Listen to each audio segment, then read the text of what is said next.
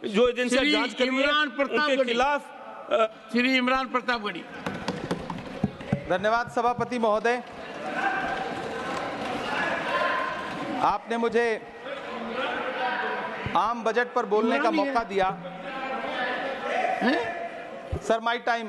नहीं, pause my time Shri Imran Pratapgarhi कहा गया है। सर थोड़ा सा इसकी जांच कराओ। मैंने कहा यहाँ प्रमोद प्रतापगढ़ी भी बैठे। ये आपसी मामला है, ये खत्म होने वाला नहीं है मेरे से।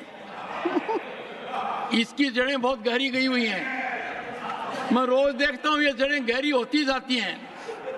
इमरान प्रतापगढ़ी। धन्यवाद सभापति महोदय। 83 मिनट 71 बार थपथपाई गई मेज, 14,417 शब्दों का बजट भाषण और उस बजट में अपने लिए राहत तलाशती मिडिल क्लास की हैरतजदा आंखें। सभापति महोदय, मेरे हाथों में जो दस्तावेज है दरअसल ये देश के किसानों, गरीबों, मजदूरों की उम्मीदों का स्मारक है। ऐसा लग रहा है जैसे वित्त मंत्री महोदया ने बजट नहीं तैयार किया है बल्कि प्रधानमंत्री जी की मन की बात का संकलन तैयार किया है। टूटा हुआ लश्कर का भरम देख रहे हैं, टूटा हुआ लश्कर का भरम देख रहे हैं और जिल्ले इलाही के करम देख रहे हैं। ताकत का नशा अक्ल पे हावी है तुम्हारी, तुम देख ना पाओगे जो हम देख रहे हैं। वित्त मंत्री महोदया ने इस बजट में महंगाई पर सिर्फ 10 शब्द बोला है। जिस देश में टमाटर 100 रुपए किलो बिक रहा हो। सभापति महोदय, मेरा टाइम पॉज करें और बार बार इंटरप्ट करने को या तो मना करें। हाँ बोले, कृपया बोले। सभापति महोदय, वित्त मंत्री महोदया ने इस बजट में महंगाई पर सिर्फ 10 शब्द बोले हैं।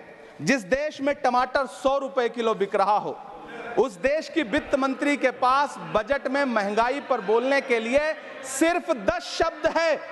डीजल, पेट्रोल, आटा, चावल, दाल, सब्जी की महंगाई का तो कोई जिक्र ही नहीं। सावन चल रहा है तो प्याज और लहसुन का दाम पूछना तो शायद पाप होगा।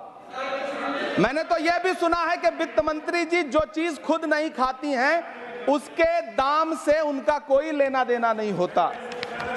लेकिन इस बार बजट पेश करने के लिए पार्लियामेंट आने से पहले वित्त मंत्री जी ने दही और चीनी खाई थी। अब तो उनसे यह पूछा जा ही सकता है कि उन्हें दही, दूध और चीनी का रेट तो इन दिनों पता ही होगा। क्या उसे सस्ता करवाएंगी या नहीं सस्ता करवाएंगी?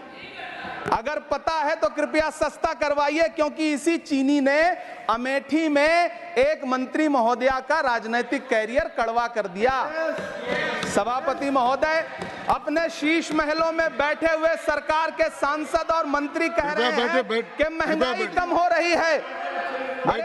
संसद की कैंटीन से बाहर निकल करके एक चाय का कप खरीदिए, तब समझ में आएगा कि महंगाई कम हो रही है या बढ़ रही है।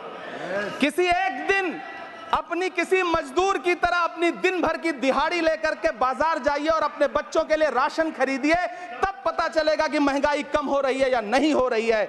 यहां बैठ करके बड़ी बड़ी बातें करना आसान है। ये चूनर धानी धानी भूल जाते, ये पुरवा की रवानी भूल जाते, जो आकर 4 दिन गांव में रहते तो सारी लंतरानी भूल जाते। सभापति महोदय, इलेक्टोरल बॉन्ड खरीदने के नाम छुपाने वाली सरकार, इलेक्टोरल बॉन्ड खरीदने वालों के नाम छुपाने वाली सरकार इन दिनों आम के ठेला लगाने वालों के नाम जानना चाहती है। मुझे तो होटलों, ढाबों या आम के ठेलों पर नेम प्लेट लगवाने वालों से पूछना है कि कभी खून की बोतल पर देखा है किसी का नाम लिखा हुआ? मुझे पूछना है कि क्या कोरोना के दौरान अपनी उखड़ती हुई सांसों के लिए ऑक्सीजन तलाशने वाले किसी इंसान ने ऑक्सीजन लाने वाले किसी इंसान से पूछा था कि ऑक्सीजन लाने वाला इंसान हिंदू है या मुसलमान है? मुझे पूछना है कि लावारिश लाशों के लिए कोरोना में कांधा देने वाले, चिताओं के लिए लकड़ियां सजाने वाले किसी इंसान से पूछा गया था उसका नाम, उसका मजहब? लेकिन इन दिनों पूछा जा रहा है। सभापति महोदय, अफसोस देश के प्रधानमंत्री जी ने कभी न टूटने वाली चुप्पी ओढ़ ली है। सभापति महोदय, जनता ने 63 सीटें कम क्या कर दी, ये सरकार तो अमृतकाल का नाम लेना ही भूल गई। ये भूल गई है अमृतकाल को, ये भूल गई है मनरेगा को, ये भूल गई है मौलाना आजाद नेशनल फेलोशिप को, ये भूल गई है मणिपुर को, ये भूल गई है महाराष्ट्र को।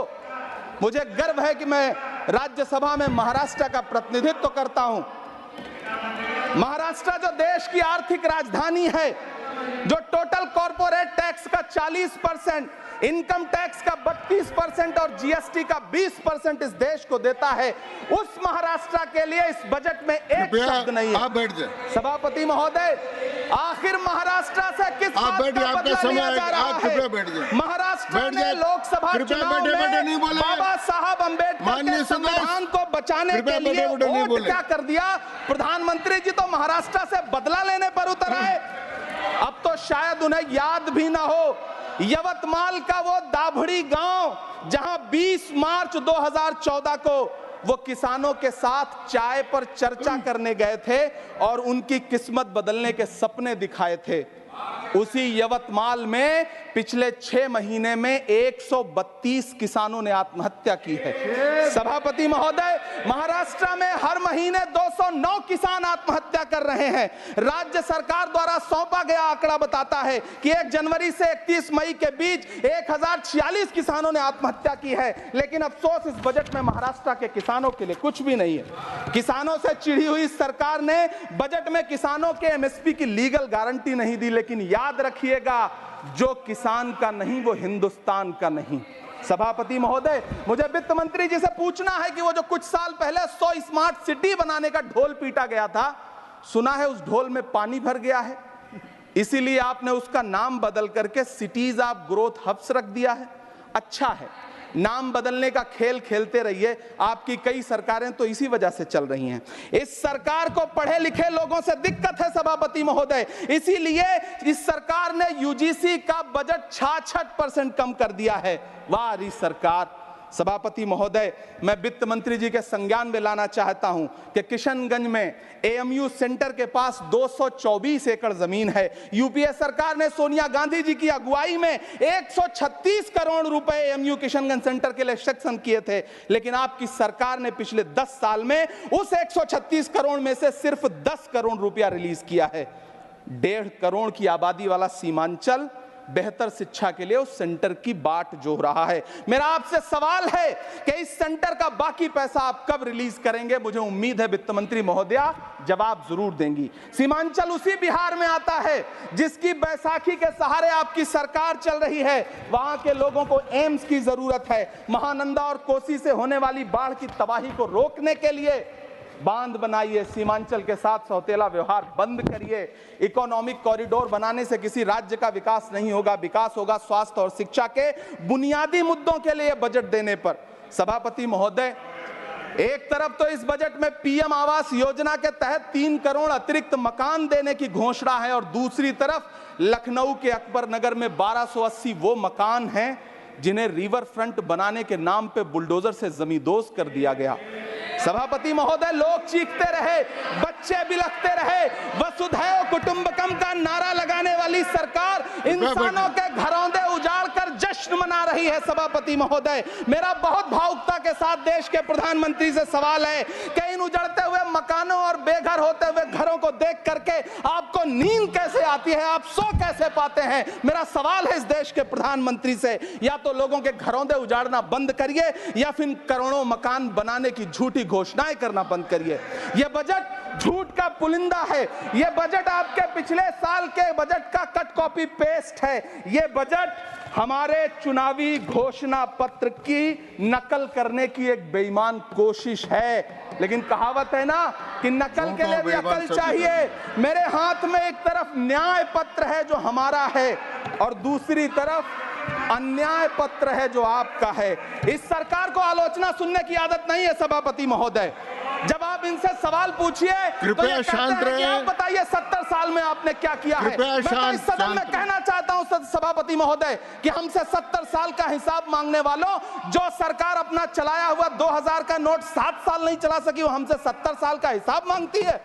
सभापति महोदय, मैं अंत में आपसे यह कहना चाहता हूं, यह बजट बैसाखी पर टिकी हुई सरकार का कुर्सी बचाओ बजट है। इस बजट में राज्यों के साथ, किसानों के साथ, नौजवानों के साथ, महिलाओं के साथ, देश के मिडिल क्लास के साथ अन्याय किया गया है और इस अन्याय का खामियाजा आपको महाराष्ट्र, हरियाणा और झारखंड के चुनाव में भुगतना पड़ेगा।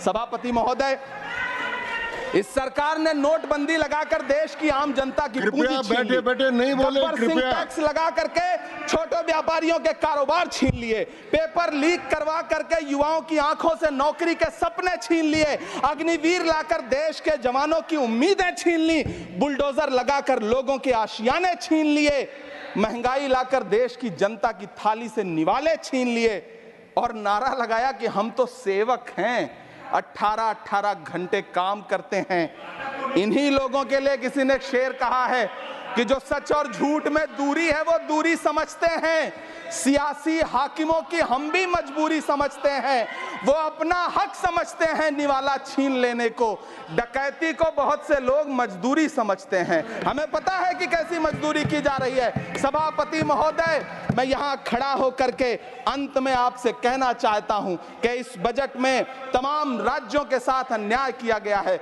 इस बजट में युवाओं के साथ अन्याय किया गया है, महिलाओं के साथ अन्याय किया गया है और खास तौर से महाराष्ट्र के लिए कुछ नहीं रखा गया है। महाराष्ट्र बाढ़ से जूझ रहा है, पानी बरसने से वहां 1500 से ज्यादा लोग मारे गए हैं। उस शहर को, उस राज्य को 4000 करोड़ के पैकेज की जरूरत है ताकि जो फसलें बर्बाद हुई हैं लोगों को राहत दी जा सकी।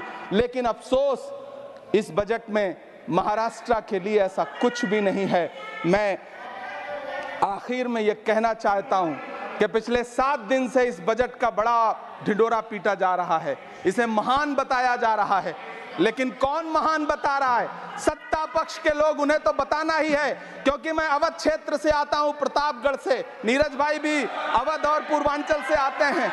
वहां एक कहावत है कि बिटिया की तारीफ किसने की? बिटिया की महतारी ने, यानी कि बेटी की प्रशंसा किसने की? मां ने। तो इस बजट की तारीफ सत्ता पक्ष करे तो करेगा ही, लेकिन विपक्ष के एक भी सांसद से आप पूछिए कि क्या उसके राज्य को कुछ मिला है, तो वो ये कहेगा कि नहीं, कुछ भी नहीं मिला है।